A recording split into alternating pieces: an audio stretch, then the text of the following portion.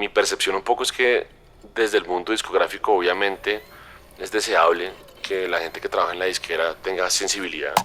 Esto fue en el 2018 y en ese entonces la figura del supervisor musical era prácticamente desconocida en Colombia. Estén oyendo esto, que sean productores, compositores o artistas independientes, procuren en la medida de lo posible tener claro quién es el dueño del máster. Hay varias entidades que un artista debería tener en el mapa y a las cuales debería afiliarse. Este es el podcast Resonante, un espacio en el que junto a nuestros invitados hablaremos de audio, música e industria. Sus anfitriones somos Miguel Mora y quien les habla, Oscar Pinilla. Bienvenidos. Damos inicio a un episodio más del podcast Resonante. Estoy acá con Miguel Mora y Luis Lizarralde, un músico, baterista, amigo de Miguel y bueno, próximamente amigo de todas las personas que están escuchando el podcast. Músico que ha tocado con Olaville, el baterista de Olaville y la Sonora Masuren, y también es abogado de profesión que trabaja por ahí en una disquera muy conocida. Entonces, Luis, muchas gracias por recibirnos y por aceptar la invitación del podcast. Sí, gracias, Luchito. No, hombre, ustedes, muchas gracias por la invitación. Luis, cuéntanos, porfa, cómo llegas a la música o cómo llegas a la parte de la música, especialmente pues en la batería. Pues desde muy chiquito me gustó mucho. La familia de mi papá, pues mi papá y todos sus hermanos tocaban guitarra, mi abuela tocaba tiple. Según me cuenta mi papá, como que tenían pues la costumbre de hacer tertulias y tocatas, y pues era mi abuelo cantando y mi abuela tocando tiple, y pues también tocaban mi papá y mis tíos a veces. Entonces pues ahí hubo como un interés de él, como de pues que empiece a aprender un instrumento, y pues igual a mí desde chiquito me gustaba mucho. Entonces empecé a los 7 años con clases de guitarra, y me pusieron de profe de guitarra a un personaje que era de un trío que contrataba a mi familia para amenizar fiestas. Pues obviamente el tipo me empezó a enseñar boleros, me empezó a enseñar, boleros. Y pues yo no quería tocar boleros, yo quería tocar rock a los 7 años. A los 7 años, pero pues igual me acuerdo todo. O sea, yo aprendí a tocar Perfidia, aprendí a tocar Oye, morenita, te vas a quedar muy sola porque noche. ¿Cuál es que es esa? Esa es... No me acuerdo cómo se llama esa, pero es linda. Se dijo el radio que abrieron el liceo. ¿Cómo es estudiante? Ya se va Escalona. Pero... No puede ser. Nos va a reconocer Chazán primero. Pero bueno, arranqué por ahí. Me acuerdo que tiempo después vine a dar con que mi papá tenía un amigo que era uno de los socios de lo que era Groove Music. No, ni idea qué es eso. ¿Groove no es el estudio de Harvey Marín? Exactamente. Claro. Ah, Groove, el estudio, ya. Sí. Pues yo no sé bien cómo era la vinculación del amigo de mi papá ahí, pero pues como que íbamos a Groove y pues el tipo se metía al control room y ponía música y todo el mundo lo trataba de Don Papo y tal. Entonces, cuando quedaba en la 60 en la 59 arriba de la séptima. Ajá. Papo Holguín, muy querido. Buen amigo de mi papá. Y pues fue, o sea, me paró muchas bolas en su momento, y pues yo iba mucho a Groove cuando allá Groove lo atendía. O sea, una de las personas que trabajaba allá era Juan Diego, el que fue cantante de Koji. Entonces pues yo a los 10, 11 años, viendo un tipo de 2 metros con una cresta así gigante, era como, wow, se abría un mundo. Pero bueno, por ir allá como que empezó una curiosidad como por, bueno, qué chimba ensayar, qué chimba como hacer banda, qué chimba otros instrumentos, y ahí como que me dio, vi a alguien tocando bajo y me pareció chévere, y me pareció más chévere que la guitarra, entonces me pasé al bajo. Y no le pegué tampoco, no fui bueno. No fui bueno, y además como que las uñas de las manos en ese entonces se me encarnaban mucho. Entonces espichar la cuerda me dolía un montón. Además que esas cuerdas del bajo siempre son así durísimas. todas, exacto, re gruesas. Sí. Entonces pues, pues por ahí tampoco fue. Y alguna vez, o sea, pero pues igual la curiosidad, el interés seguía. Y alguna vez en una clase de música en el colegio, la banda que tenía en ese entonces Mateo París, que es el cantante de Olaville, en el colegio, pues les hacía falta baterista, y dijeron, ¿cómo no? Pues ¿por qué no se sienta usted? Y me senté yo a tocar batería con ellos, y pues no he dejado de tocar batería desde entonces. Eso fue a los 12 años. Qué chimba. O sea que Olaville salió del colegio. Olaville Sí, salió del colegio. Todos son del mismo colegio. Sí, nosotros somos parceros del colegio los 4. Ahí empecé a tocar batería y tuve unas cuantas clases particulares, alcancé a ver cursos libres en la Javeriana antes de graduarme. Y cuando ya era hora de graduarme, pues entró la presión familiar y social como de, bueno, y si a usted le gusta mucho la música, pero ¿qué va a hacer? O sea, ¿De qué va a comer? Exacto, exacto. Y pues ahí ganó la presión y terminé estudiando Derecho. Pero pues igual nunca dejé de tocar. Durante toda la universidad seguíamos tocando con Olavil. El primer disco de Olavil lo hicimos estando yo en la universidad todavía. Pues estando todos en la universidad, de hecho. Eh, y pues ya cuando nos graduamos todos de la universidad, pues seguimos en paralelo nuestras vidas profesionales con la banda y sacándola adelante, digamos que en medio de compromisos varios pues de la adultez. Y pues eso sigue hasta ahorita. En este momento estoy un poco desvinculado de la dirección tanto de Olavir como de la Sonora, como en su momento lo estaba, y más concentrado pues en el trabajo, que pues yo pues terminé estudiando Derecho y entré a trabajar en la industria discográfica como abogado.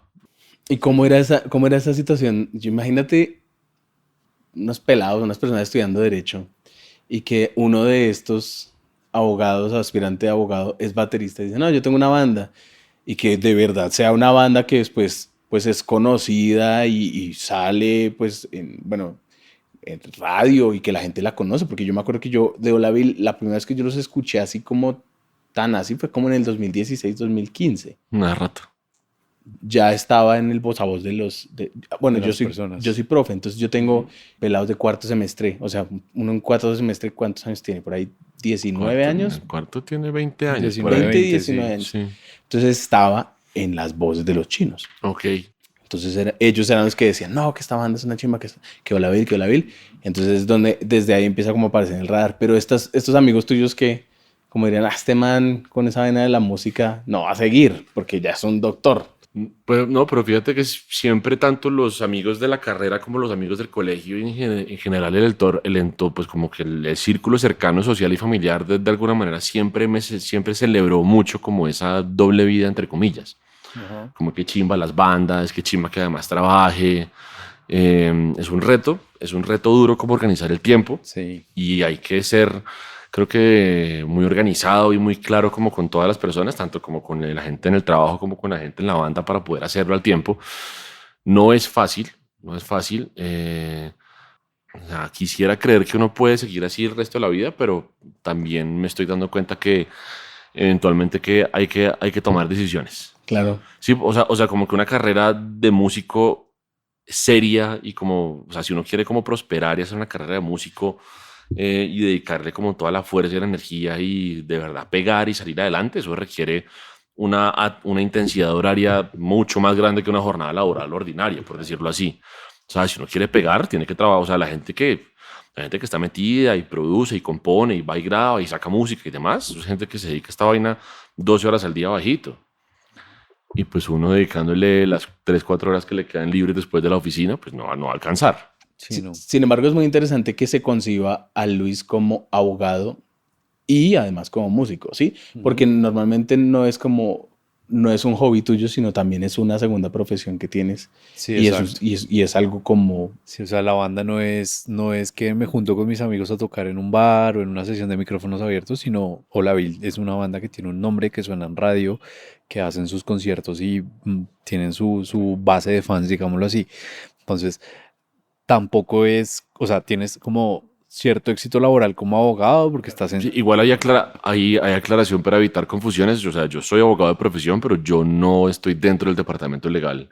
O sea, Sí. yo estoy en otra área, pero pues... Pero sí, has logrado, digamos, Sí, sí. hacer una carrera. Que eso también es de admirar, ¿no? Porque Sí, si claro. entras como abogado, porque ahorita antes de grabar dijiste, bueno, entré como abogado, pero entras y te mueves a una parte donde, pues digamos que si estás ahí es porque tienes que entender la industria y entender las dinámicas que están inmersas dentro de lo que es una disquera desde diferentes ámbitos, desde la parte del derecho. O sea, es como una suma de bastantes habilidades o de diferentes habilidades que da un perfil muy interesante y bien chévere. Y pues la permanencia en la empresa también dice mucho de eso. Te la compro, me gusta. ¿Tú qué tanto sientes que has podido aplicar de lo que has aprendido estando en Olavil? Creo que no es tanto como algo que haya aprendido sobre música, o sea, Ujú. porque O sea, mi percepción un poco es que desde el mundo discográfico, obviamente, es deseable que la gente que trabaja en la disquera tenga sensibilidad Ujú, y sepa algo, pero también está muy bien que no sepa tanto como para que no se meta tanto en el trabajo de los artistas. ujú, Sí, o sea, el que en últimas, el que entra a grabar, el que toma decisiones y, o sea, el que tiene que estar contento con eso en el fondo es el artista.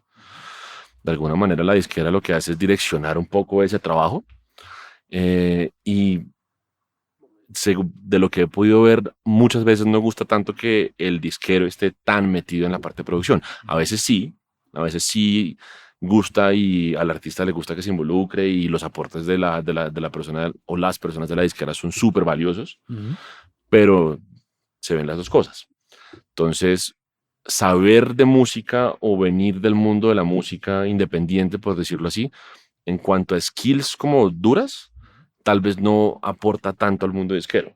Ok. Aporta mucho la sensibilidad, porque igual sí hay conversaciones muy enriquecedoras con gente de la industria como sobre música. Y eso es muy sabroso encontrarse con eso. Entonces, pues uno venir de un universo en el que uno ha oído un montón de bandas, uno ha compartido tarima con un montón de bandas, uno ha conocido un montón de técnicos, de productores, de ingenieros y demás, como que eso nuevamente vuelve muy enriquecedor las conversaciones y los proyectos incluso, cuando uno habla con otra gente de la disquera o incluso pues con managers o con artistas o etcétera. Entonces, Ujú. digamos que de alguna manera los soft skills que ha traído como el mundo de la música independiente ha sido muy valioso en mi trabajo actualmente. ¿Sí? Ujú. Claro, porque te vuelves como un puente de comunicación entre diferentes entes que a veces están muy desconectados, ¿no? O sea, a veces entre el artista y el manager y el productor y el ingeniero hay una desconexión y una separación de los oficios complicada. Entonces, chévere que haya una persona que puede tener la oportunidad de conocer y entender desde la música qué aspectos son importantes a la hora de elegir un productor, a la hora de elegir un estudio, a la hora de saber leer un contrato como de, pues no sé, de un negocio que tenga un músico para poder entender si es un buen contrato o no es un buen contrato, ¿no? Está chévere el perfil que tienes porque desde diferentes frentes podría funcionar un montón. O sea, si supongamos que con ese conocimiento decides dejar la parte del derecho y bueno, de la parte de tu trabajo y te dedicas solamente a Olavil, pues vas a tener un montón de cosas en la cabeza. O sea, vas a saber algo que te va a ayudar a tomar una mejor decisión artística desde la banda porque tienes un conocimiento complementario de la industria de la música. Y que de hecho este espacio también es para eso, ¿no? Para que las personas digan como, bueno, es que yo no solamente puedo hacer canciones y no solamente me puedo preguntar de dónde, quién me las va a grabar y quién me las va a mezclar, sino cómo las voy a distribuir, cómo las voy a comercializar y bueno, cómo es ese negocio. Entonces a mí me Ujú. parece muy, muy interesante ese perfil que haya, porque hasta el momento no hemos entrevistado a alguien que tenga el perfil así de como el Batman, ¿cierto? El corporativo y el superhéroe al mismo Sí, tiempo. sí. Entonces Ok. está bien chévere, severo. Yo Sí, diría sí, más sí. bien super profesor superó, pero de una. Todo bien, todo bien. Bueno, Luchito, y sería chévere que nos contaras también cómo, qué es tu trabajo ahora, como qué haces, a qué te dedicas, y también cómo desde tu trabajo se le ayuda a los artistas para pues monetizar su trabajo, su imagen, bueno, etcétera. Ok, yo soy parte de un área que se dedica a los negocios no tradicionales, por decirlo de alguna manera. En este momento, para la industria discográfica, se entiende como negocio tradicional o el negocio principal o de mayores ingresos para la industria discográfica, y esto lo pueden ver incluso en los reportes que saca IFPI anualmente. IFPI Ujú, es la International Federation of the Phonographic Industry, ujú, es como el gremio de las disqueras a nivel mundial. La fuente principal de ingresos y por lo tanto el negocio tradicional de la industria discográfica en este momento es el streaming digital, ¿sí? Es algo así como el 67-70% de la plata que hace la industria discográfica a nivel mundial. Pero no es lo único que se puede comercializar, monetizar o aprovechar dentro de este mundo, ¿sí? O sea, se pueden hacer más cosas con los artistas y con la música grabada aparte del streaming digital, ¿sí? Y como no es streaming digital, como no es digamos, el negocio tradicional entra dentro de una bolsa de todo lo que no es, por decirlo así. O sea, lo chévere de esta área es que es un área que se define en negativo, Ok. ¿sí? Entonces, básicamente lo que usted se invente y sea interesante y sea una nueva fuente de ingresos tanto para la izquierda como para los artistas, bienvenido. La razón de ser de esto un poco es desarrollar carreras, o sea, porque, o sea, que no sean solamente negocios de traer plata y ya, sino que además sean negocios o proyectos más bien que den visibilidad al artista, que circulen su música por canales no tradicionales, que lo pongan a hacer contenidos o a crear contenidos de alguna manera distintos e interesantes. Em, y como digamos que en negocios típicos de este mundo hablamos de alianzas entre marcas y artistas, Ujú. que bien puede ser un acuerdo de embajador de marca puro y duro como el típico de Frutiño con Juanes o con Carlos Vives o con el que sea, el típico de esos, hasta un artista como un influencer haciendo contenidos para una marca, o un product placement de una marca dentro de un videoclip del artista, Ok. licencias de la música para cine, televisión y publicidad, por ejemplo. O sea que, y perdón, te interrumpo ahí. O sea que, porque es que nosotros también a veces hacemos pues audiovisual, ¿no? Y a veces llega un proyecto y dice, queremos hacer un largometraje así y necesitamos los derechos de licencia de esta canción. Ujú.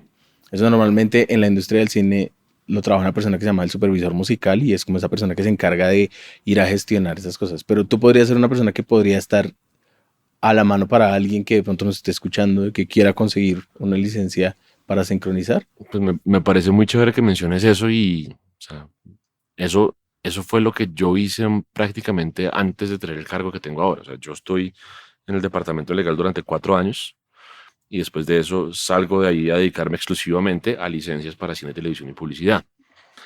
Esto fue en el 2018 y en ese entonces la figura del supervisor musical era prácticamente desconocida en Colombia, ¿sí? Había gente que sabía dentro de los canales y dentro de algunos productores de cine y televisión como un poquito más grandes y no tan independientes, se conocía el rol, Ujú. pero pues no fue sino hasta después del 2018 que empieza a coger otra, o sea, otra importancia, pues se vuelve más importante. Ujú. Entonces, de alguna manera, coincidimos con varios colegas, incluso competidores que pues son muy llaves, en el momento en el que empezó a desarrollarse muy chévere el mundo de sincronizaciones, se llama eso. Sí, claro. Entonces, de alguna manera, como que me parece muy bonito haber sido parte del momento en el que esa línea de negocio o ese segmento de la industria empezó a coger fuerza, ¿sí?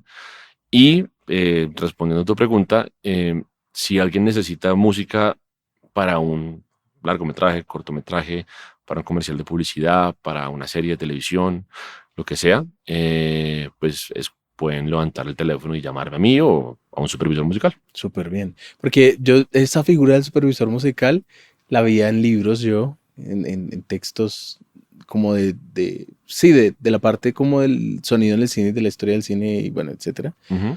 Pero la figura no la había visto hasta hace, yo creo que tiene mucho que ver como la llegada de producciones como las que se hace con Netflix, que está haciendo Dynamo y con todas Sí, estas grandes producciones empieza a aparecer esa, pero siempre es una pregunta, ¿cómo hago yo para conseguir una licencia? Y es como, uy, hermano, pues tiene que conseguirse un supervisor musical. no, pues, esa es la respuesta, creo que eh, ejecutiva. Ajá. O sea, como la persona que dice, como, bueno, queremos hacer una fábrica, ¿cómo hacemos? Pues contrate a un arquitecto y a un ingeniero civil para hacer la fábrica. Pero igual me imagino que esto será útil para la gente que está oyendo esto, pero para poder licenciar música para audiovisual en general, bien sea cine, televisión, publicidad o videojuegos o cualquier contenido audiovisual, se necesita licencia del titular de los derechos de la obra musical y o del fonograma, Ujú. dependiendo de cómo se vaya a usar la música dentro del audiovisual, ¿vale? Y esto es un tema divino en el que uno puede entrar a cortar un montón de tela y hay un montón de variables y esto cambia todos los días, principalmente por lo que está pasando con lo que estás mencionando de Netflix y demás.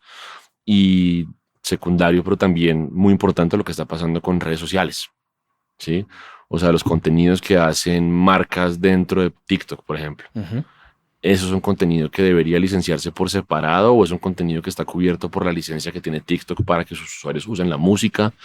O sea, son discusiones chéveres. Pero es diferente, claro, porque es diferente que una persona haga un baile con una canción a que una marca utilice la canción para vender un producto. La Exactamente. explotación de la obra es diferente Exactamente. y está cubierta bajo la misma licencia, ¿no? Me No. imagino. El punto es que no. Lo que pasa es que las plataformas no, perdón, pues TikTok, Instagram y pues demás redes sociales, eh, pues no, en este momento no llegan a identificar ese tipo de usos que están como en esa zona gris, Claro. ¿sí? Entonces le toca al titular de los derechos perseguir esos usos infractores, por decirlo de alguna manera. Igual eso es O muy sea, interesante. bueno, Dime. pregunta, eso, o sea, ¿hay alguien sentado mirando quién está usando las obras que ustedes tienen las licencias para reportar? Porque, o sea, a mí sí me ha pasado de que se sube un contenido y te lo bajan de una porque el dueño reportó que no tienes los derechos o algo así. Entonces, Sí, la respuesta es sí. o sea, si hay alguien ahí pendiente o es una máquina o... Pues hay unos que las redes identifican Ujú. y le avisan a uno, pero hay otros que no identifican y que si llega uno por el canal que sea, pues hay que levantar la mano y decir como eso que usted está haciendo, pues necesita permisos y usted no los tiene. Sí, a mí me ha pasado un montón de veces, sobre todo por una clase que yo tengo en la Agustiniana, en la Universidad Agustiniana, que es de radio, comunicación social. Ujú. Entonces yo utilizo mi perfil de Facebook para hacer unos streams pequeños de ejercicios. Ujú. Entonces vas a hacer una programación, vas a hacer una introducción, así, así, así. Pero entonces el muchacho, o el estudiante, pues, y soné ahí re viejito diciendo el muchacho, el estudiante quiere poner la música que le gusta.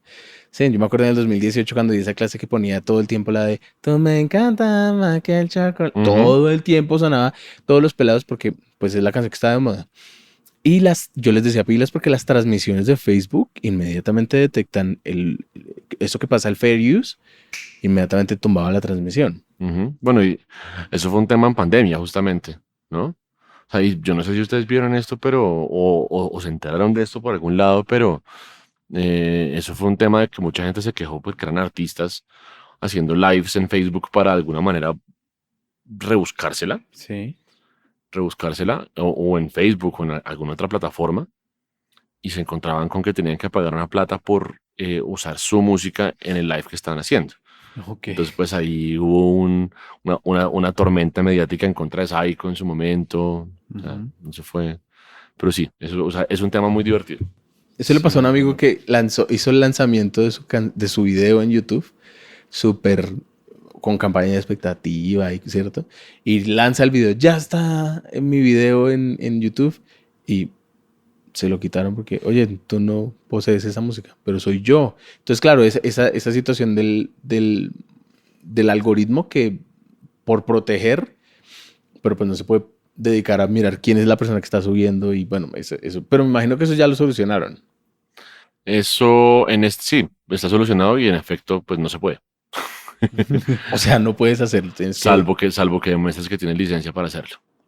Pero te tocaría como sacar unos permisos antes de hacer el live Ujú. o algo así, ¿no? Correcto. Lo que yo iba a decir ahorita que antes de que habláramos de eso, y es que todo este tipo de transformaciones que tiene la manera en la que nosotros escuchamos música y la difusión de la música que antiguamente era con cassette y luego pasamos al CD y luego pasamos a esta parte del streaming, crea movimientos como brechas en las que hay un montón de áreas grises y ahí en las que hay un montón de procesos que hay que rehacer, crear, digamos, lo habíamos hablado más claro, digamos, con la parte de la ingeniería de sonido, es el ingeniero de mastering, ¿no? Que tiene que masterizar para venir, luego viene la era del CD, y entonces toda esta dinámica de entender cómo es el rango dinámico en el CD, y luego pasamos a las plataformas digitales y viene todo este cambio. Entonces tú desde esta parte de los derechos de autor, que es un tema que todo el mundo debería conocer, todo el tiempo, a medida que van, pues las plataformas van cambiando, pues, tenemos ahora la oportunidad de tener pues la música también en TikTok. No solamente, también me acuerdo de esa época en MTV cuando Niñas Mal y toda esta música que todo el mundo quería saber cómo hacer para poder poner su música en Niñas Mal y en estas películas en estos programas de MTV. Pero chévere que ya haya estado, o sea, que haya un montón de gente alrededor de hacer que las cosas se protejan la obra de los artistas sea protegida Ujú. y que a la vez también sea rentable de diferentes maneras. Y que un músico que de pronto esté escuchando o un músico que pueda entender que cuando crea un fonograma lo puede explotar desde diferentes maneras, que lo puede distribuir desde diferentes maneras. Bueno, si es el director, si es el dueño del máster, pues, o el productor fonográfico, no, bueno, entendiendo como todas esas figuras. Entonces me parece muy, muy chévere esa parte que estás trabajando. Entonces, si alguien está escuchando y tiene por ahí una idea de, obviamente no para un cortometraje estudiantil, sino pues un proyecto como que tenga un buen presupuesto y una buena visión, chévere que se contacte contigo Por supuesto. para poder hacer como Claro que sí. ese trámite. Con el mayor de Chévere. los gustos. Pues ahorita ustedes decían una cosa que me parece chévere comentar, que es, o sea, pues hablar de sincronizaciones, pero como oportunidad de negocio para los artistas, ¿sí? O sea, porque, o sea, creo que hay un medio, no mito, pero como que o sea, se ha popularizado últimamente tanto como el concepto en Colombia al menos, pero pues antes en otras partes que mucha gente digamos que le pone mucha fe a la sincronización como una fuente para recuperar una inversión o para hacer plata. Pues puntualmente un artista independiente que haya compuesto su música, haya pagado por su producción y pues tenga su música y sale a decir como, bueno, o sea, ¿cómo vende una sincronización? Eh, y en efecto, cuando se consigue un negocio de estos es un dinero interesante, sin duda. Sin embargo, hay una cosa muy importante a tener en cuenta y es que aunque esté creciendo el mercado de sincronizaciones, sigue habiendo mucha más oferta que demanda, ¿sí? Ok. Número uno, o sea, sigue habiendo mucha más música disponible que espacios en audiovisual para llenar con esa música y pagar por esa música, ¿sí? No solamente en Colombia, sino en el mundo. Número uno. Número dos, una cosa importante y es o sea, esto es una cosa discutibilísima y me acuerdo mucho un muy buen amigo mío que es Nicolás Eckart, que es el bajista de la Sonora y de otros proyectos, que a él le conflictúa mucho la mercantilización de la música, o sea, como que la música obedezca lógicas de mercado, ¿sí? Porque pues eh, él tiene sus argumentos para creer que no debería ser así, pero el tema es que mientras sea así, nos vamos a encontrar con situaciones como que eh, yo tengo una música, o sea, yo soy un artista independiente arrancando, ¿sí? Tengo una canción que puede estar una chimba, ¿sí? Productor de música electrónica, por decirles cualquier cosa. Y yo le ofrezco a un estudio de televisión, o un estudio de cine o una agencia de publicidad mi música. Le digo, le vale tanto. Pero como soy un artista desconocido, puede que la producción esté genial y puede que la canción esté genial, pero como soy un artista desconocido, para el público en general, mi música va a tener el mismo valor, o incluso no para el público en general, para mi cliente en sincronizaciones, Ujú. que es el estudio de televisión o la agencia de publicidad, mi música va a tener el mismo valor que música de una biblioteca de stock, por ejemplo. Claro. ¿Sí? Entonces, realmente, ¿cómo puedo hacer yo para convencerlo de que use mi música? Y ahí es que entra el contraargumento, que probablemente no he oído mucho, y es, no le pago nada o le pago 3 pesos, pero lo doy a exhibición. Es como, no, pues su canción va a estar en un comercial de X marca, o su canción va a estar en X novela, o en X serie, o en X película, ¿sí? Y eso pues es una discusión horrible porque obviamente uno, hablando con gente de la industria de la música, es cómo se le ocurre, si la música tiene un valor y acá hay un montón de gente que trabajó en esto y le invirtió tiempo y dinero. Y del otro lado pues están los audiovisuales que también es entendible y es una discusión divina, me parece, pues divina como en el sentido conceptual, o sea, en la práctica es complicado. Pero del lado audiovisual pues dicen obviamente como no, pues, o sea, los presupuestos que tengo y lo que me aporta esa música realmente, pues prefiero gastarme ese dinero en contratar a personas que hacen música por encargo o en pagar una licencia abierta a una biblioteca de música de stock. ¿Sí? Claro, y es que el problema de concebir una música, hay un autor que habla de una banda que se llama música necesaria, se llama Conrado Salabardir, y él habla sobre que cuando una canción es necesaria para el argumento de la historia, llámese que tu personaje principal es un rockero bogotano que le gustaba escuchar Bohemian Rhapsody y sobre eso está construido el argumento, pues desde el guión y desde la necesidad de la historia, esa música es necesaria y tiene que entrar a la producción porque hace parte de la caracterización del personaje, porque hace parte de la historia. Pero si no es así, pues cualquier música podría ser, o sea, cualquier música podría usarse. ¿Sí? El caso que habíamos hablado ahorita de Niñas Mal hacía parte como de ese momento, aunque eso ya es hace mucho tiempo, pero hacía parte de ese momento del rock latinoamericano y de ese rock 2010, 2008, 2010, rock bogotano, que se, que bogotano no, y bogotano y argentino y mexicano, ¿no? O sea, en esa época toda esta música pues se llevaba porque hacía parte de un estilo y de una identidad que querían promover estas series de ese momento. Yo creo que la diferencia o la manera de crear todas estas redes de trabajo es integrar, y eso está sucediendo, que la producción audiovisual colombiana está en crecimiento y esa misma producción es consciente de la producción de música y se empiezan a gestar y a desarrollar proyectos ahí. Pero si un músico quiere hacerlo, un músico independiente, el mismo productor de música electrónica que dijiste ahorita, ¿qué le recomendarías tú para que hiciera que esa música se posicionara en ese marketplace? Desafortunadamente no hay un solo camino. Hay muchas maneras. Algunos de los grandes pepazos o grandes casos de éxito de este mundo pasan por azar o no porque el artista haya hecho una estrategia de comercialización impecable, sino simplemente porque la persona correcta del otro lado de la cadena lo escuchó y le gustó, ¿sí? Por X o Y razón. Pero recomendación, ir a los mercados musicales, o sea, Vime, BOM, los de Cali, pues el mercado cultural del Pacífico, si tienen la oportunidad de ir a un mercado internacional también, espectacular, porque en todos estos mercados hoy en día están yendo o supervisores musicales o personas del mundo audiovisual interesados en comprar música, pues vienen siendo como pues comprar licencias de música, quiero decir. Entonces, esa es una.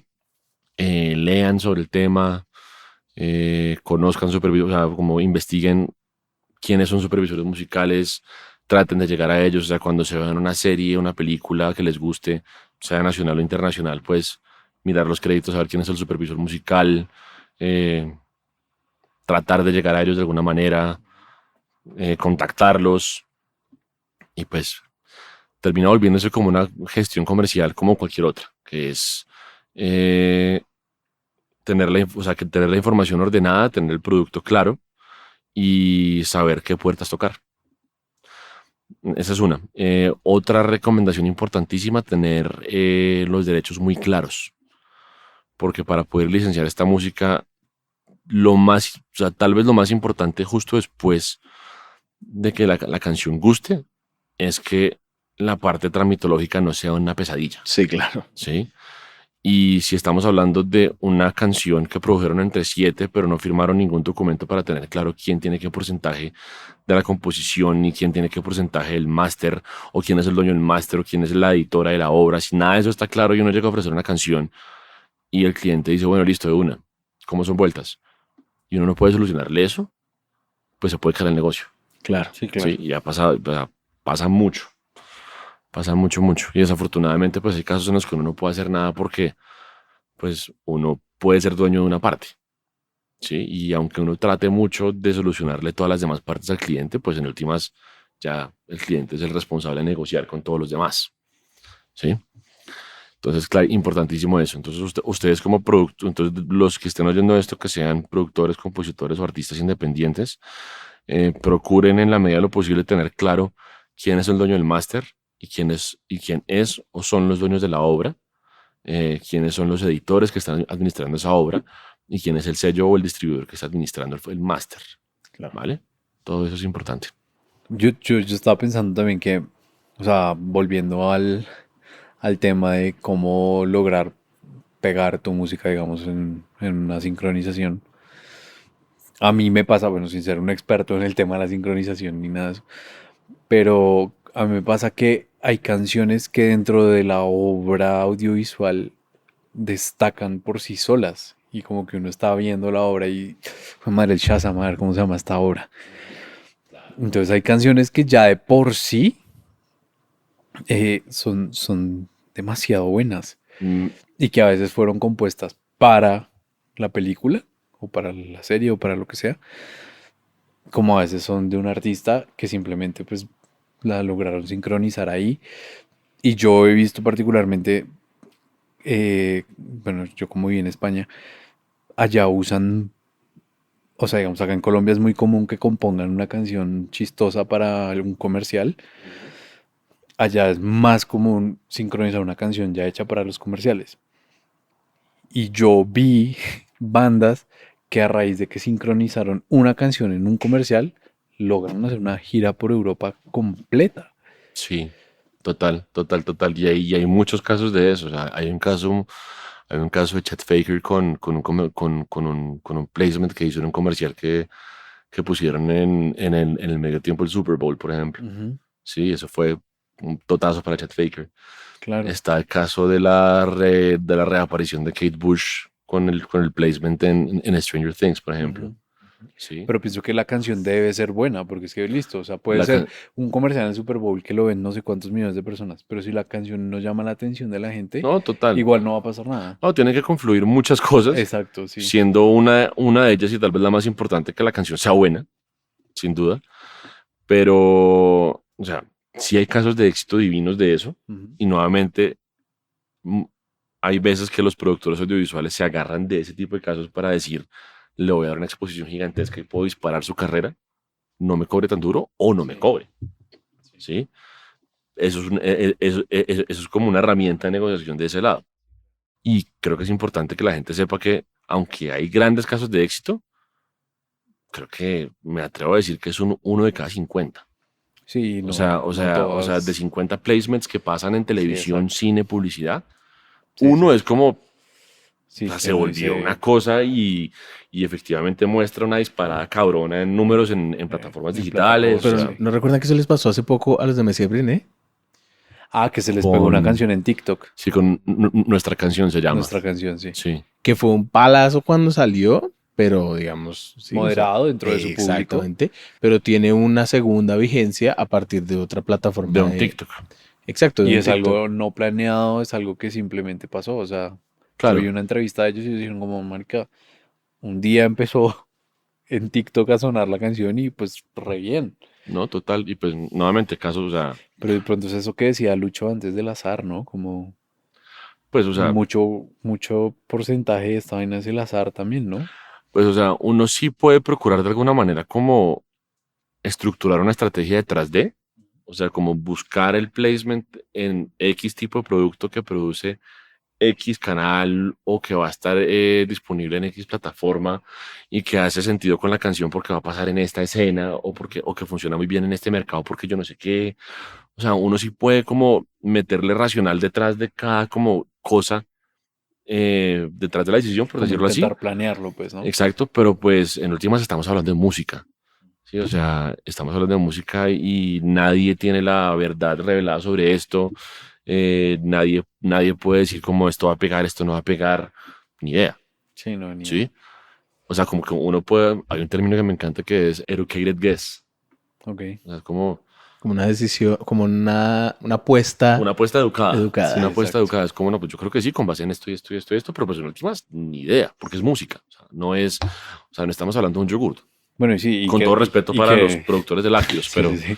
Y que la música también no solo está permeada por la música, sino también por una imagen estética, por muchas otras cosas que la gente consume como un todo, ujú, ¿sí? O sea, no sé, por ejemplo, el caso de Fate, el man no era tan conocido cuando era un man bien peinado y se transformó totalmente su pinta y ahora es famosísimo. Aunque cuando era un man bien peinado tenía feats con Maluma, con J Balvin, o sea que tampoco tenía, digamos, malos feats ni nada de eso, pero fue hacer su cambio de imagen y el man se pegó re duro.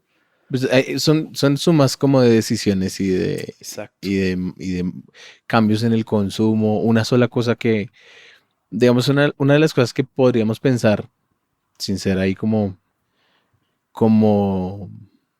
un poco pretenciosos con eso, es lo que está pasando, digamos, con nuestro podcast. O sea, vamos en el episodio 10 en estos momentos, cuando estamos grabando este episodio. Hay 11 episodios al aire, 10 episodios. Y las escuchas, pues son normales, ¿no? O sea, nos escuchan las personas que nos conocen y ya. pero la idea de seguir haciendo el podcast es que de pronto en algún momento, a partir de un episodio específico o de una constancia específica, se produzca una reacción que permita que se posicione el proyecto y que más personas lo puedan escuchar y bueno, etcétera, las ventajas que tenga con eso. Entonces, claro, si un artista mantiene un volumen, lo que tú estabas diciendo Una hace un rato, constancia. una constancia y un volumen, pues eventualmente tiene tiene más posibilidades de pegar, pues porque está intentándolo más veces. Claro, sí, yo creo que hay una cosa importante y es, o sea, a mí mi caso me encanta y yo he sido muy feliz de poder haber hecho todo lo que he hecho tanto como en el mundo oficinístico como en el mundo bandístico hasta ahora, pero sí creo que si alguien quiere vivir de ser artista netamente, bien sea sacando música, bien sea produciendo música para cine y televisión, bien sea siendo parte del equipo de management de un artista, lo que sea, ¿sí? Pues requiere una dedicación y requiere una planación y requiere como una visión de empresa, ¿sí? Y pues las probabilidades de éxito aumentan si la dedicación horaria aumenta, ¿sí? No es garantía de nada, pero creo que sí es una cosa de, de hacer una apuesta, ¿sí? Obviamente es un mercado jodido, como un demonio, o sea, un mercado muy, muy jodido. Pero si la apuesta es esa, pues hay que dedicarle la atención y el tiempo Exacto. que merece, ¿sí? Sí, y es tomar una decisión de vida también, ¿no? Como Exacto. la vida es un hobby, o sea, la música es un hobby o, o es algo que yo quiero en serio para mi vida, ¿sí? Ujú, Entonces es... Y cuando decides tomarla en serio, lo que dice Lucho es muy cierto, no es un trabajo de 8 horas, papá.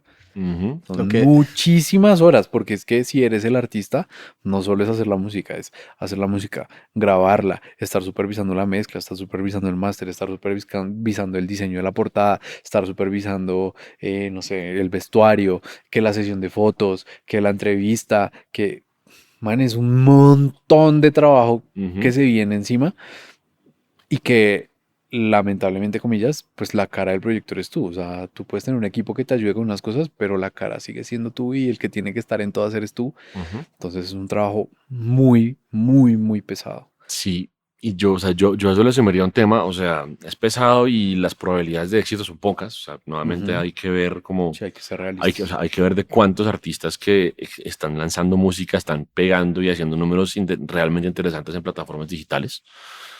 Y pues no solamente en eso, sino como vendiendo shows y girando, estando en medios, etcétera.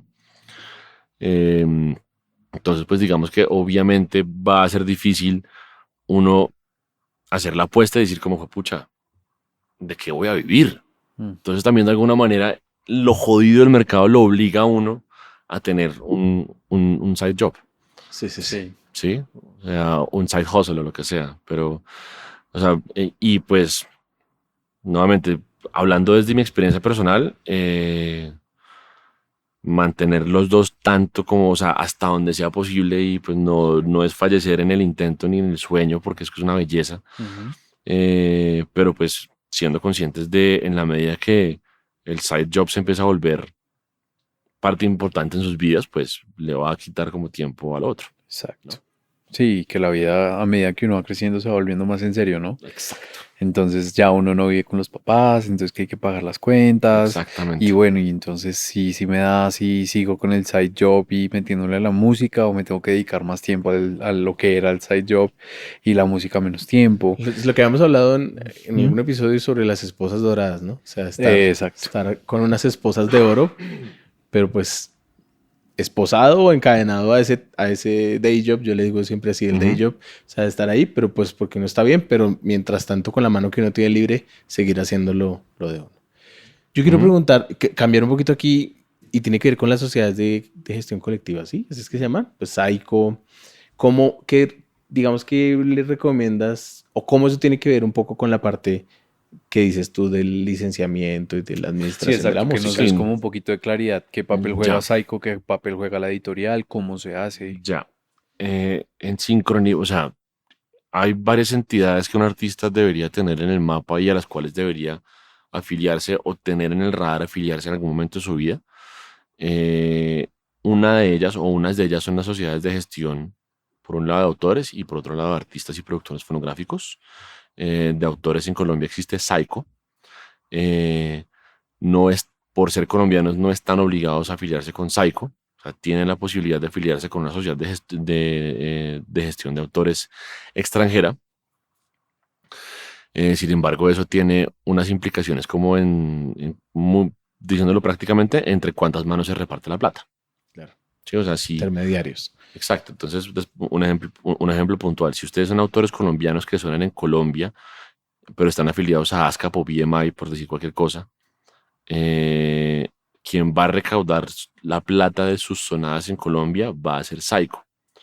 Y Saico no les va a reportar a ustedes directamente, sino que les va a reportar a quien los representa ante Saico, que es BMI o ASCAP. Entonces, por hacer esa gestión de cobrar acá en Colombia, Saico se queda con una plata. Por pasarle ese dinero a la entidad legal en el extranjero, hay una plata que se queda en retenciones. BMI o ASCAP, sea cual sea, se queda con una parte del dinero por hacer la gestión de monitorear y recaudar la plata, y después vuelve y les paga a ustedes, a su persona jurídica o a ustedes como persona natural en Colombia. O sea, ahí se queda otra plata en retenciones por transferencias al extranjero y pues llega todo mermado. Sí, Da una claro. vuelta. Sí, da una vuelta que pues también depende, hay muchas variables a tener en cuenta en esta decisión, eh, creo yo. Entonces no es algo para tomar a la ligera y tampoco es para decir que Saico es una chanda o que BMI es una chanda o que es mejor tal. O sea, como que es un tipo de gestión que está, o sea, son entidades que están luchando constantemente, no solamente en Colombia, sino en el mundo, por modernizarse, y es un esfuerzo demasiado complicado. Y pues hay que, digamos que obviamente juzgarlas por los errores que cometen, pero también tener en cuenta que es una gestión muy jodida. ¿Sí? Entonces, bueno, por un lado, sociedad de gestión de autores. Una pregunta ahí antes de que cierres eso. ¿Alguien puede estar en Saico en Colombia y en BMI en Estados Unidos? No, Solo puedes estar en una. salvo que ustedes sean Bad Bunny. No estoy diciendo que Bad Bunny Ya. lo tenga separado, pero pues si ustedes son autores de canciones tan pegadas Que suenan en y, todo el mundo. y tienen un poder de negociación tan grande de poder decir, como yo a usted le entrego solamente ese territorio, pues también está en el interés de la sociedad de gestión de decir, como miércoles, pues yo prefiero tener solamente este territorio, este man, a tener el mundo. Ya. Pero pues es una cosa ya de casos excepcionales. O sea, lo que dicen como los reglamentos de Saico, por ejemplo, es que no se permite la doble afiliación. Y en general no se permite la doble afiliación. Ok. ¿Sí? Entonces, para autores, Saico, BMI, ASCAP, etcétera. Sociedad de gestión de autores. Autor es él o los que componen la canción, letra y melodía, ¿vale? Hoy en día también se le reconoce calidad de autor a productores o beatmakers, que es, me parece que una respuesta a los tiempos modernos, Claro. ¿sí? Pero pues en últimas estamos hablando de quiénes son los que crean la obra musical. Bueno, eso en cuanto a autores. Como artista, o sea, como artistas e intérpretes, Ujú. afiliarse a una sociedad de gestión de artistas, ¿sí? En Colombia está Asimpro, ¿sí? Asimpro solamente les va a recaudar por las sonadas de las grabaciones en las que ustedes hayan interpretado en Colombia. Ujú. Si quieren que se les recaude por las sonadas de las grabaciones en las que ustedes interpretaron en el resto del mundo, hay que afiliarse a otras sociedades fuera de Colombia. La más recomendable es Sound Exchange. Sound Exchange es basada en Estados Unidos y recauda por sonadas en radio digital solamente, en radio terrestre no. Lo mismo para productores fonográficos. El productor fonográfico es el que invierte el dinero en la producción de una grabación de audio, ¿sí? Entonces, por lo tanto, es el dueño Del máster. del máster, exactamente. Entonces ahí ya vamos, digamos que tres calidades. Como autor a Saico o sus homólogas en demás países, como artista en Asimpro o sus homólogas, como productor fonográfico en Asimpro o sus homólogas. Estas dos sociedades que hemos hablado, que son Saico de Asimpro o sus homólogas, sirven para recaudar la comunicación al público. Que esto es sonadas de la música en radio, sonadas de la música en televisión, sonadas de la música en establecimientos abiertos al público, que es diferente a la sincronización, ¿sí? O sea, una cosa es que Saico recauda por las veces que suena mi música en televisión, Ujú. pero el canal de televisión o quien haya producido lo que se ve en televisión que tenga mi música tiene que conseguir licencia separada por la sincronización, Claro. ¿sí? Entonces, acá es donde hablamos ahora de editoras y disqueras. Entonces, la editora es, por lo general, la titular del derecho de sincronización de la obra musical, siempre que el autor haya celebrado un contrato de administración de obra musical o de cesión de derechos o lo que sea, como lo llame cada editora. Siempre que el autor le haya dado a la editora la administración de su obra, pues es la editora quien tiene la potestad de sincronizarla. En el caso del máster, si estamos hablando de un artista independiente, es el artista quien conserva los derechos sobre su máster, salvo que se los entregue a una disquera en licencia, ¿sí? Si se trata de un artista firmado por una disquera y quien invierte en la producción de la grabación de audio es la disquera y no el artista, el dueño de esa producción fonográfica es la disquera y por lo tanto es la dueña del derecho de sincronización. Entonces vamos 4 entidades: sociedad de autores, sociedad de artistas y productores fonográficos, editoras y disqueras. ¿Sí? Y ya, ¿no? No, eso fue una super clase. Y ya no paguen asesorías, que hay gente que se dedica a dar esas asesorías. Por favor, contrátenlos, hay gente muy buena en Colombia. Sí, sí, claro que sí. Oigan, esto es como es una contextualización y le ayuda a uno a entender cuáles son esos entes a los que yo tengo que tener al menos en el radar a la hora de entender cómo pienso en mover la música, pero no quiere decir que con esto ya están ustedes completamente listos para hacer una administración total de su música, ¿no? No, total, para esto hay que estudiar o tener un partner que haya estudiado. O sea, bien sea un business manager o un manager o una disquera o una editora.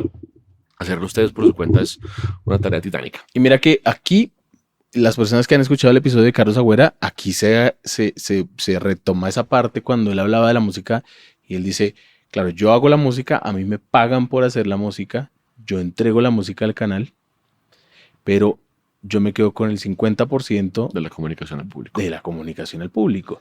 Y después Saiko recoge ese dinero y me hace llegar el dinero a mí. O sea, yo además como que me asocio un poco con la difusión de ese material y también recibo dinero residual por eso. No solamente entregarla. Ahora existen todas las posibilidades de negocio, ¿no? Depende de cómo uno hace el negocio con la productora. No, totalmente. Sí, ahí creo que lo importante es, obviamente todo va a depender de si la música es buena y de si ustedes están haciendo una gestión como de difusión y promoción y comercialización buena. Pero pues lo importante de todo este cuento de las entidades con las que tienen que asociarse ustedes o colaborar ustedes para poner a andar su proyecto es no dejar fugas de plata, ¿sí? O sea, porque si les falta una pata de esa mesa y pegan, están perdiendo plata. Claro. Ese es el punto. Sí, claro, estar preparado como cuando a uno lo llaman, uno está pelado y lo llaman y le dicen, oiga, ¿cuánto me cobra por...? Yo no tienes ni idea. Sí. Claro, se puede dar un tiro uno al pie así muy fácilmente. Estar haciendo música pero no estar preparado, no tener en cuenta ese tipo de cosas. Luis, ¿qué cantidad de información que nos diste? Yo estoy aquí, feliz, claro, porque a nosotros nos interesa mucho, pero volvemos al asunto, o sea, yo soy ingeniero de sonido, Miguel también es ingeniero de sonido, y nosotros a veces participamos de procesos creativos, tanto en la parte musical como en la parte audiovisual, y hay muchas cosas, hablando con Lala Moreno en el episodio 2, hay muchas cosas que todos nos volvemos a decir, oiga, pero ¿qué? ¿Qué es lo que significa esto? ¿Qué es lo que hace esto? Y entonces el hecho de tener como alguien que nos cuente más o menos una pincelada de cómo funcionan las cosas nos ayuda a crecer mucho como profesionales y como artistas y las personas que nos están escuchando, pues entender y saber cómo podemos entre todos ir construyendo industria cada vez pues, más rentable, que nuestros artistas estén protegidos, que estén viviendo de su música y que pues la música colombiana también llegue a otros escenarios, no solamente en las plataformas de streaming, sino todo esto de business development. Qué chévere, hermano. Muchas gracias de verdad por compartir con nosotros. Con todo el gusto, amigos. Muchas gracias, Luis, Luisito. para las personas que están escuchando el podcast y quieren de pronto encontrarte en redes o en una página web, o ¿cómo se contactan contigo? @muislauricio, o sea, como Luis Mauricio, pero invierten la L y la M. Así estoy en Instagram. Y es lo único que tengo, amigos. Listo, entonces. Por ahí, de vez en cuando miro los mensajes de gente que no sigo, pero que escribe. Entonces, pues, de pronto corremos con suerte. Listo. No se olviden que pueden seguir a Miguel Mora en, Miguel Mora va. y a mí me pueden encontrar como @OscarPinilla_R. También nos pueden seguir en @el podcast resonante en Instagram. A Susana, que hoy no está con nosotros, ella está como @susai_cs, que es la productora del podcast. Y le queremos dar las gracias nuevamente a la Universitaria Agustiniana por auspiciar la producción y la grabación de este episodio. Entonces nos vemos en un próximo episodio. Gracias. Chao, chao. Chao, gusto. Ahí va a ser un chistecito. Que saliera Lucho diciendo, si usted es un músico colombiano interesado...